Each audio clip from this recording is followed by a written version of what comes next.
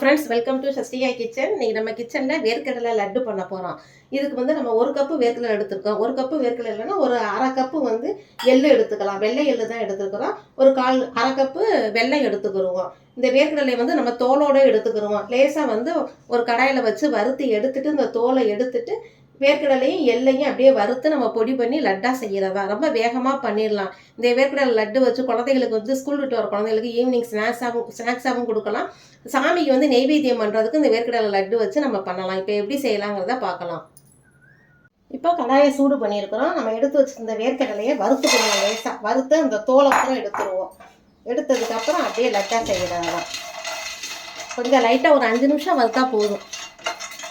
வேர்க்கடலை நல்லா வறுத்துருச்சு பாருங்கள். இப்போ கையில் எடுத்து பார்த்தோம்னா தோல் வந்து எடுக்க வரமாக இருக்கணும். கொஞ்சம் சூடு பொறுக்கிற அளவுக்கு இருக்கணும். இப்போ இதை எடுத்துட்டு நம்ம தோலை எடுத்துட்டு அடுத்து வந்து நம்ம எள்ளை வறுக்கலாம். இந்த லட்டு வந்து ரொம்ப டேஸ்ட்டு வந்து ரொம்ப நல்லாயிருக்கும், ரொம்ப வாசமாகவும் இருக்கும். இப்போ இந்த வேர்க்கடலையே வேற ஒரு தட்டில் மாற்றிக்கலாம்.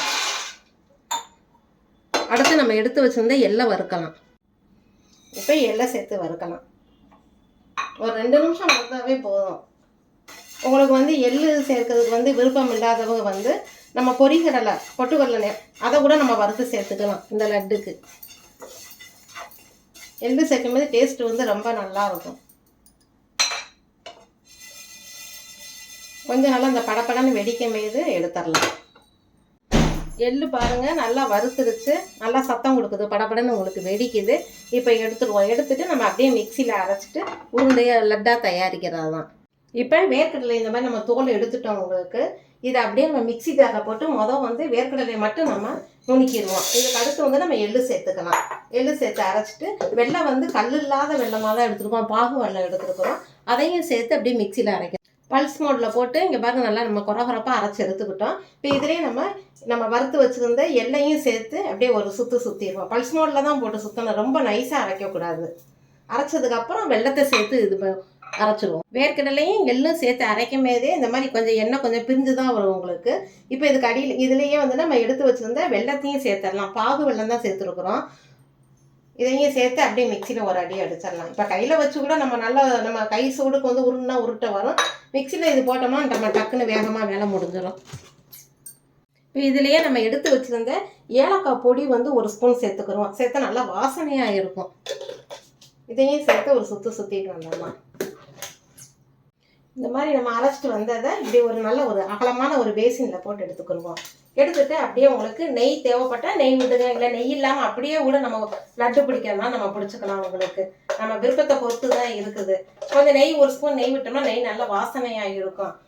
இந்த கொலக்கட்டை நம்ம வந்து இந்த விசேஷ நிலை வந்து விநாயகர் சதுர்த்திக்கு கொலக்கட்டை பண்ணும்போது இதை வந்து நம்ம பூரணமாக கூட உங்களுக்கு நம்ம அப்படியே எடுத்து கூட வச்சு கூட கொலக்கட்டை மேல் மாவில் வச்சு செஞ்சோம்னா கொலக்கட்டையும் வந்து ரொம்ப டேஸ்ட்டு வந்து ரொம்ப நல்லா இருக்கும். இந்த நிலக்கடலையும் எள்ளும் சேர்த்துக்கும் போது வாசனை வந்து நல்லா ஜம்முன்னு இருக்கும், ரொம்ப நல்லா இருக்கும். நல்லா பாருங்கள் அப்படி உதிரியாக இருக்குது. நம்ம லட்டு பிடிக்க எடுத்தோம்னாலும் இந்த இப்படி பாருங்கள் நல்லா பிடிக்கிறதுக்கு நல்லா வசதியாக வரும். இதில் வந்து நம்ம எண்ணெய் சேர்க்கலை, நெய் சேர்க்கலை, எதுவுமே நம்ம பண்ணலை. இப்போ தேவைப்பட்டால் நம்ம ஒரு ஸ்பூன் வந்து நெய் சேர்த்து கூட நம்ம லட்டாக பிடிக்கலாம். இப்போ நமக்கு லட்டு மாவு ரெடி ஆயிடுச்சு. இதில் விருப்பப்பட்டால் வந்து முந்திரி பருப்பு லேசாக நம்ம சேர்த்துக்கலாம். முந்திரி பருப்பு சேர்த்தோம்னா டேஸ்ட்டு வந்து ரொம்ப நல்லாயிருக்கும் உங்களுக்கு. நெய் வந்து ஒரு ஸ்பூன் கூட சேர்த்துக்கலாம். விருப்பத்தை பொறுத்து தான் இருக்குது.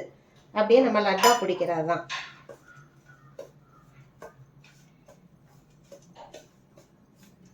இந்த லட்டு வந்து ஒரு வாரம் வரைக்கும் உங்களுக்கு கெட்டு போகாது. நம்ம வெளியே வச்சே நம்ம யூஸ் பண்ணலாம்.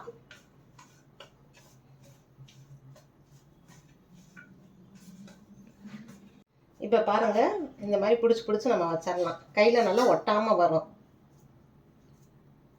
டேஸ்ட் வந்து ரொம்ப நல்லாயிருக்கும்.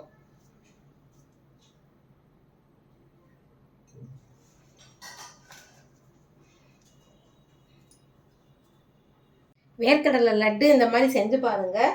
டேஸ்ட்டு வந்து ரொம்ப நல்லா இருக்கும். இங்கே பாருங்கள் எடுத்து பார்த்தாலும் இப்படி நம்ம பிச்சு பார்த்தாலும் எவ்வளோ சாஃப்டாக இருக்குன்னு பாருங்கள். குழந்தைங்கள்லேருந்து பெரியவங்க வரைக்கும் எல்லாருமே விரும்பி சாப்பிடுவாங்க. உங்கள் கருத்துக்களை கமெண்ட் பாக்ஸில் தெரியப்படுத்துங்க. சஸ்டிகா கிச்சனை உங்களுக்கு பிடிச்சிருந்தா லைக் பண்ணுங்கள், ஷேர் பண்ணுங்கள், சப்ஸ்கிரைப் பண்ணுங்கள். Okay, by.